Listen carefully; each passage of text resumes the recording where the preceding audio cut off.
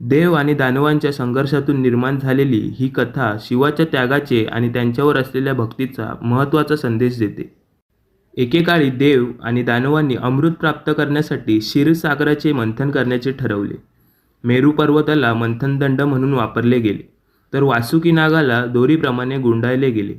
देव आणि दानवांनी एकत्रित मंथन सुरू केले, ज्यातून अनेक अमूल्य वस्तू बाहेर आल्या. कामधेनू, उच्चश्रवा, अश्व, लक्ष्मी देवी, धन्वंतरी आणि शेवटी अमृत. मंथनाच्या वेळी सर्वात भयंकर वस्तू बाहेर आली ती म्हणजे हलाहल विष, ज्याची तीव्रता एवढी भयानक होती की संपूर्ण ब्रह्मांड नष्ट होण्याच्या संकटात सापडले. देव घाबरले आणि तातडीने भगवान शिवांकडे मदतीसाठी गेले. भगवान शिवांनी करुणेने हे संपूर्ण विष प्राशन केले, परंतु ते पोटात जाऊ न देता आपल्या कंठात अडवले.